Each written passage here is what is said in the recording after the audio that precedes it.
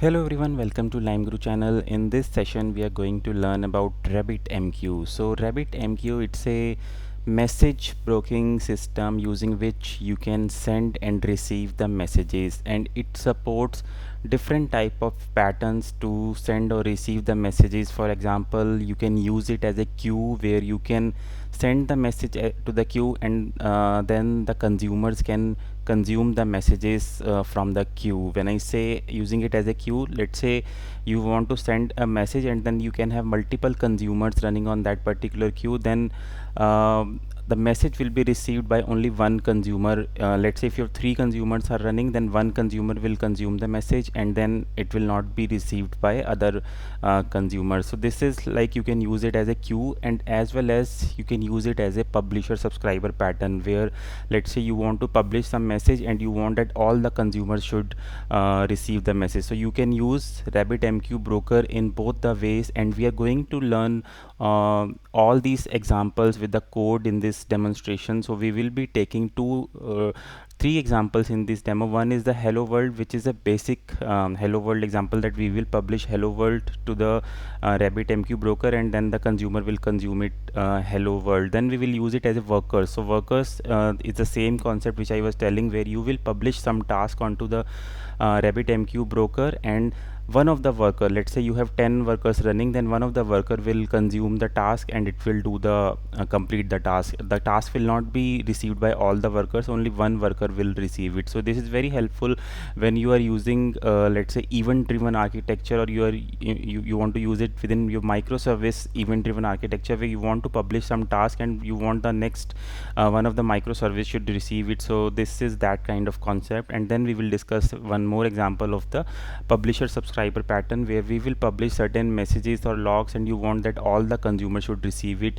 not only one but all the consumers should receive it. So we'll go through all these three example in this RabbitMQ tutorial which it supports. So let's start with the first hello world example first. So in the program is structured in this way, that for all the folders, let's say whether it's a hello world or workers or publisher subscribers, so there are two files you're going to see. One is the sender and other one is the receiver.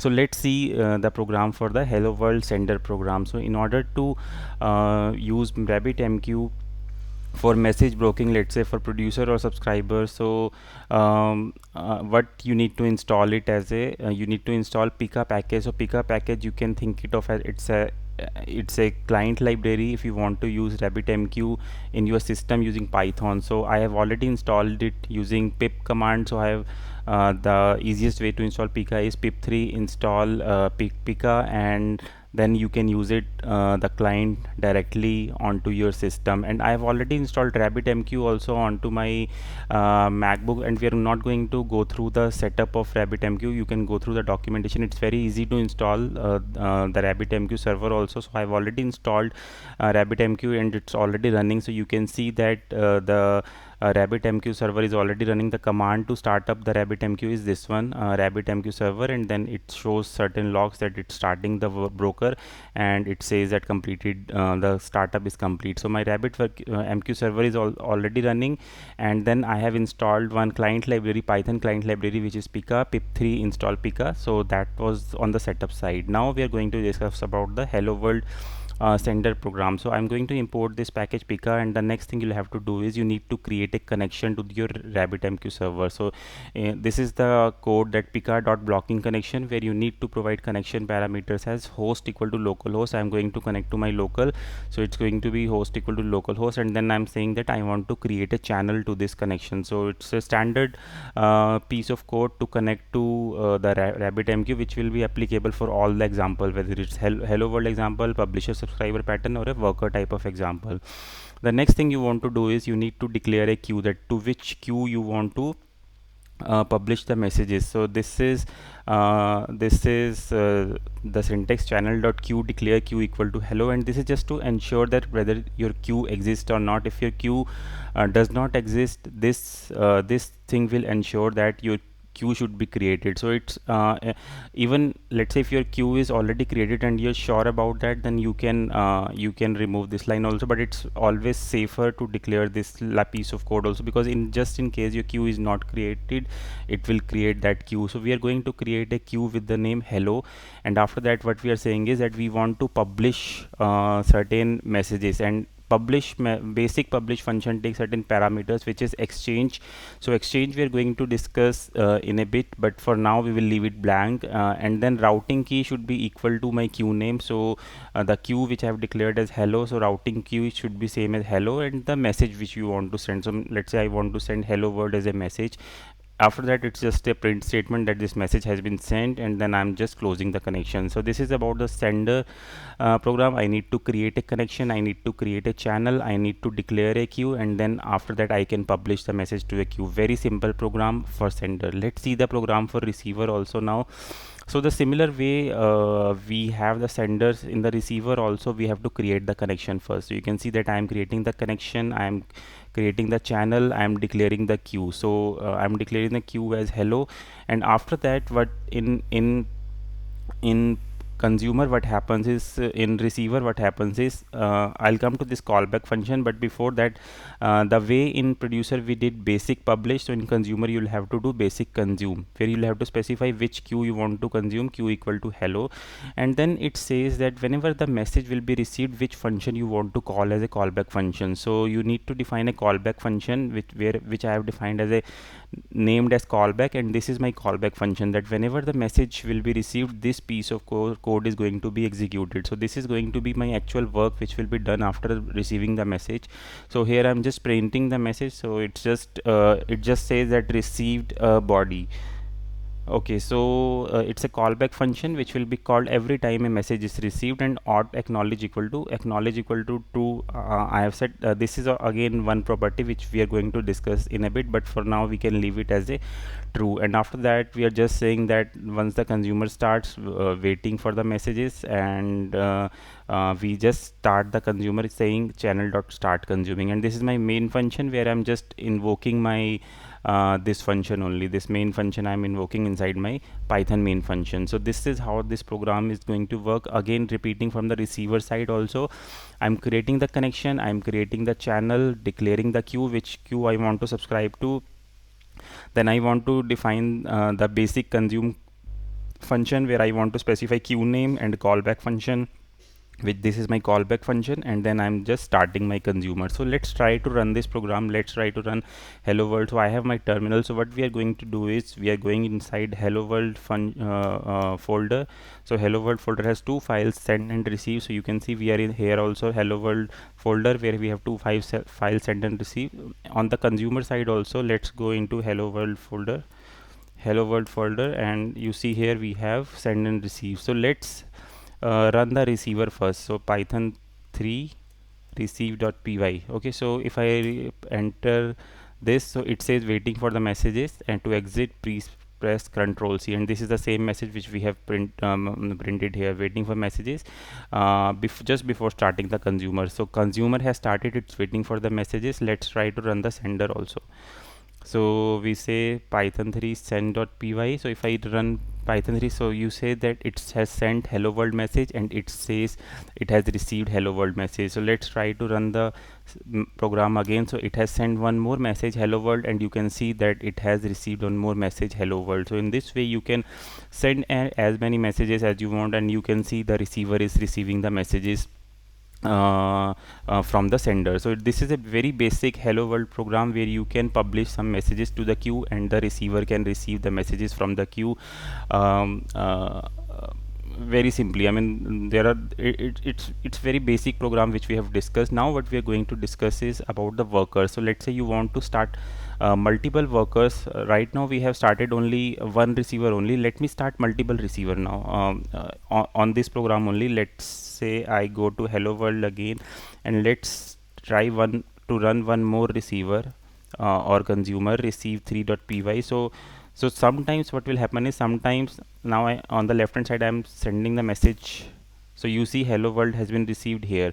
Now if I send one more message, So you see now hello world has been received here. So it, in a round robin way, it will publish the messages one by one, first to receiver 1 and then to receiver 2. Let's try to publish more messages.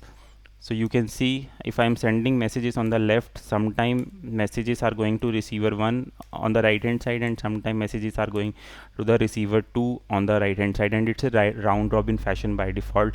So all, let's say all the odd even number of messages will go to receiver 1, and all the odd messages will go to receiver 2.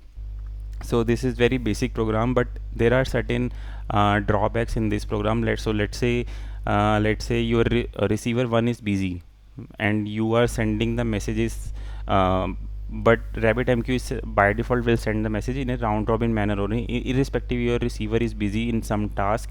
So whenever it turn came up in a round robin fashion, it will still receive the messages, and the messages will get piled up for a particular consumer or a receiver, even if that receiver is busy. So we are going to do certain optimization in the in this worker kind of a concept in the next program. So let's discuss about the workers program. So in workers program also we are going to do the same thing. We are going to publish the messages onto queue, and we are going to receive the messages into the queue from the receivers, and we are going to start multiple receivers. But there are certain optimizations which we are going to discuss now in this queue concept. So let's discuss about the sender program first. So this is my sender program where I'm importing Pika first. I'm creating a connection again the same way we were doing earlier. I am connecting to my local host by creating a blocking connection and providing connection parameters where my host name is equal to localhost, and I'm creating a channel out of that connection. So this is the pretty much the same which we did earlier also. Now there is one thing which we are doing now. We are declaring a queue. Let's say the queue name is task queue. We declared the queue earlier also, and earlier the queue name was hello. Now let's say it's a task queue, but now what we are saying is it's durable equal to true. So durable equal to true means that in cases your producer has published the messages, but consumer has not consumed it, and in that scenario, if your RabbitMQ server goes down and it comes back, then in those cases the messages will not be lost. So this property is helpful in cases whether when you want to reliably publish the messages to your consumer. If this property is not set, then if your RabbitMQ server goes down, then the messages which are in the queue which are not received by the receiver will be lost. So this way you can ensure that your message are sent reliably. Then after that I'm just defining my message, and this time I'm going to provide the message from my command line parameter. So I'm reading the command line parameters, and then that is going to be my message. If I don't provide through command line, then by default it will switch to hello world. Now after that I'm just going to do basic publish. So basic publish I'm doing on which exchange is blank again. So whenever you want to do this queue kind of concept where one worker should receive the message once, all the workers should not receive the message, then exchange has to be left blank. And exchange will, there are different type of exchanges which we'll discuss in PubSub model, but for the pattern where you want that one receiver should receive only one message, all the receivers should not receive the messages, only one receiver should receive the message, then exchange you can leave it blank. Then routing queue is my queue name only, which is task queue, which I have defined here also while declaring the queue. Then which message I want to publish, and then there is one more property I have said, that delivery mode equal to true. So delivery mode equal to true means that it is going to make the messages persistent. So this go hand in hand with durable equal to true.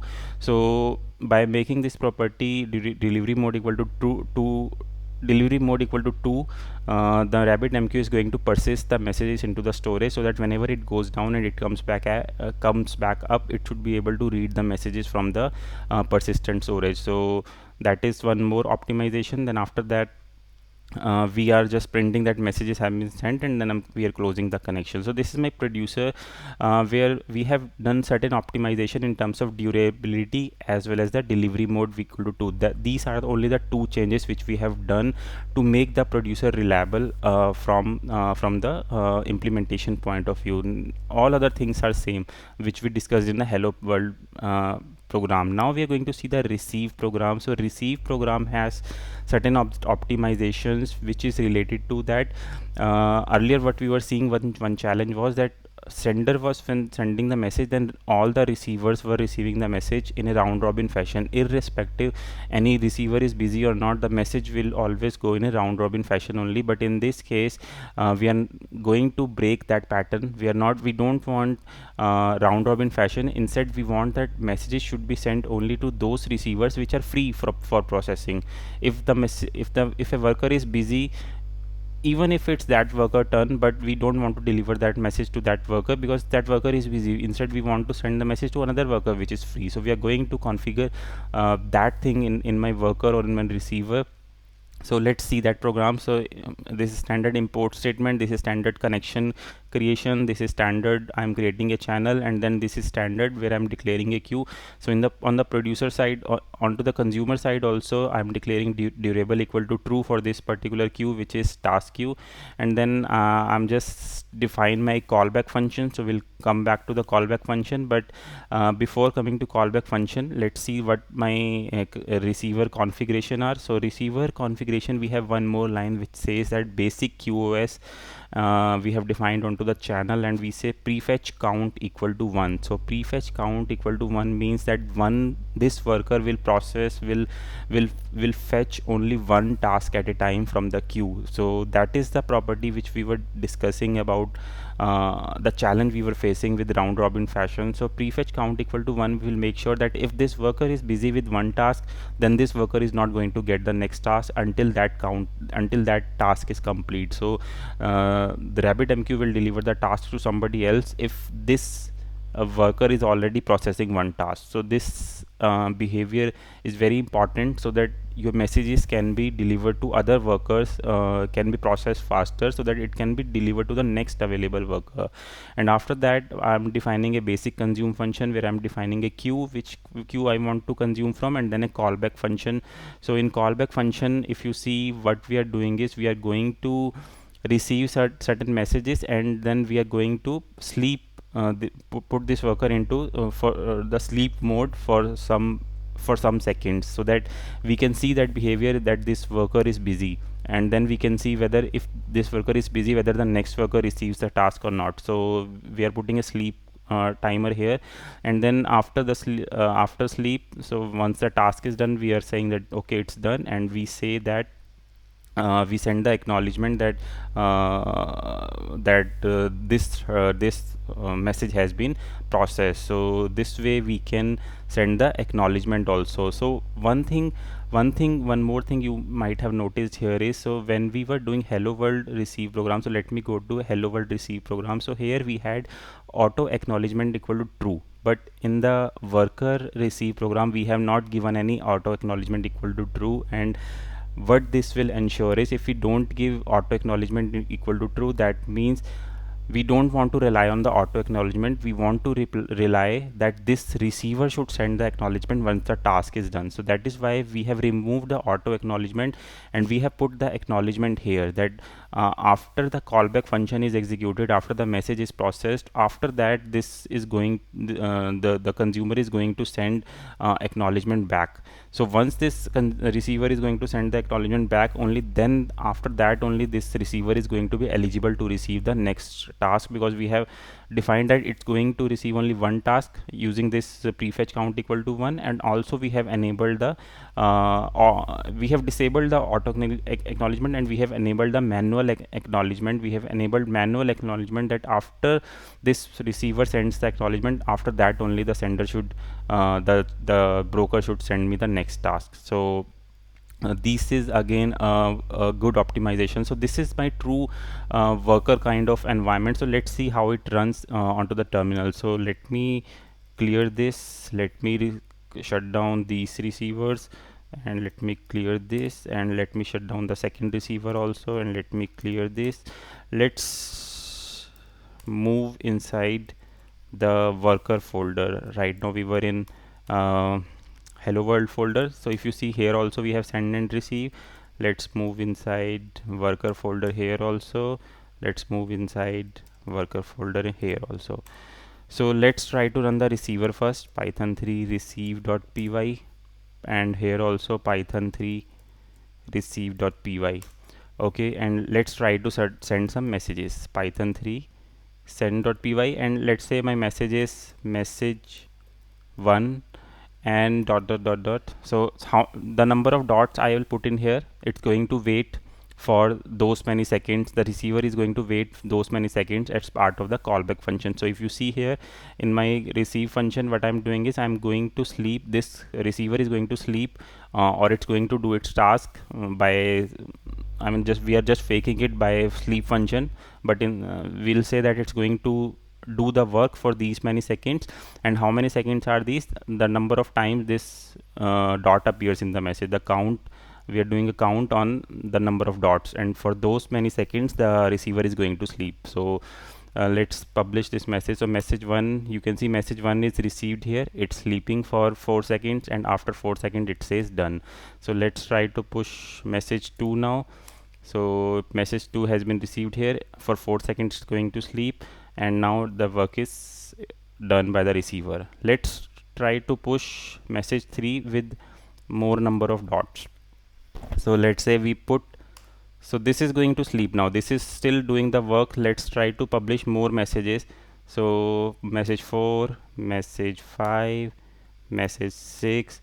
So you can see here one thing, that this is still doing the work on message 3, and I have sent message 4, 5, 6, and 4, 5, 6 are all received by receiver 2. So this is different from the round robin fashion. If we would not have enabled round, if we would not have disabled round robin fashion using this property, which is prefetch count equal to 1, then message 4 will go to receiver 2, then message 5 will go back to receiver 1. Even though receiver 1 is busy, then by default RabbitMQ will send the message 5 to receiver 1. But because we have now set to prefetch count equal to 1, in that case message 5 will be sent to only my available worker, because this worker was busy processing message 3, and when I published message 4, 5, 6, the available worker was this one. This worker was free, so that's why the message were sent to, all the messages were sent to receiver 2 in this case. So this is how we can implement a worker task kind of design pattern, where you want to publish some task and you have multiple workers where you want to process your task. It could be related to image processing, it could be related to your event driven architecture within your microservices, where different microservices communicate through some broker system in between. So all those type of concepts can be implemented using this worker type of concept, using this approach of prefetch count equal to 1. Let's try to publish some more messages. Let's say if I do 7 and then 8, so you can see now because both the workers are available, so anyone can receive it. But let's say if I publish certain more some message with a long work, so message 10 has lot of work to do. So message 10 is received on receiver 1, you can see that. Now let's try to publish some messages. So 11, 12, 13, so all these messages are getting received on the receiver 2, because receiver 1 is busy processing the message 10. So once message 10 will be processed, then after that only the receiver 1 will receive the next task. But until that time, the receiver 2 is receiving the messages. So this way you can see that all the messages are received by receiver 2 here, because this is still busy in processing message 10. So now it's done. If I publish one more message or few more message, so you can see now it has started receiving the messages, because now this is also available. So this is a worker concept, and we discussed about certain optimizations also, that how you can ensure that if your RabbitMQ server goes down, then it should process the message at least once. So all of those things we have achieved using the worker concept. The next thing we are going to discuss about is, right now what we have seen is that one receiver is receiving a message. So if I publish message 11 or 12, any message I publish, only one of the receiver is consuming that message, and that task is being done only one. But there are certain patterns where you want to have publisher subscriber kind of a concept, where let's say when you want to publish certain messages, you want all the consumer, all the receiver should receive those messages. So that can be achieved using a pub/sub kind of concept, and we are going to discuss that now. So let me go to the pub/sub folder. So here also we have send and receive. So we have send.py. Again, I am creating a connection here in blocking connection with the connection parameter as localhost host name. I'm creating a channel. Now this time, so we discussed about a concept of exchange. So exchange was left blank earlier, but now this time what we are saying is, so we have given the exchange name as logs. You can give the exchange name as log, and exchange type is important. So exchange type is fan out, so that we have to provide. If you're giving certain name to your exchange, so you need to provide exchange type which is fan out, and this is going to basically decide the behavior. That if you have given the exchange equal to logs and exchange type equal to fan out, then your messages will be published in a publisher subscriber pattern. All the receiver will receive the messages. Not only one receiver will receive the message, but all the receiver will receive the messages, or all the receiver will receive the task. So that is the only difference. Rest of the things are exactly same. So this is my message which I'm going to provide from my command line. Then I'm going to do basic publish. On which exchange I'm going to publish? I'm going to publish the message on exchange logs, and this time there is no concept of queue.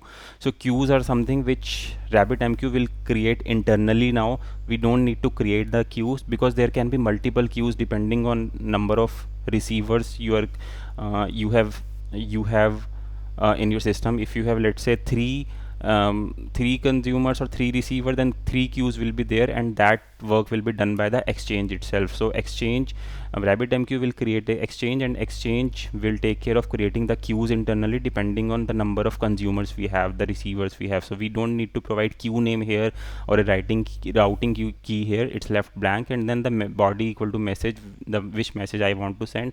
So after sending the message, I am printing and then closing the connection. So this is about the sender. On the receiver side, it's again pretty much the same. We are creating a connection, we are creating a channel, we are declaring exchange equal to logs and type equal to fan out. Then we are defining the queue as blank, so this queue is left blank. And after that, what we are doing is, we are binding the queue. So the consumer will bind to a queue only, right? So we are binding a queue which is provided by this exchange. So exchange equal to logs, and queue name is something which RabbitMQ will generate automatically. So we are just using that queue name which RabbitMQ will generate automatically, and we are just providing that queue name to the consumer. And then we are just saying that, okay, waiting for the messages. Then a callback function. In the callback function, we are just printing the message whatever is received, and then we are saying basic consume, where we are providing queue name, and on message callback equal to callback. Callback function should be called, and auto acknowledge equal to true we have set, and then we are starting the consuming. So this rest all things are same. The only difference is the queue name. In the receiver side, we are saying is the queue name is auto generated, which this exchange is generating. The exchange name is logs, and we are declaring the exchange as exchange equal to logs, and then exchange type equal to fan out. These are the only difference on the consumer side. So publisher is going to publish the message to exchange, and then exchange internally generates multiple queues, and then your consumers are subscribed to the queue, to its own queue. So this is how it's going to work end to end. So let's try to run this program onto the terminal now.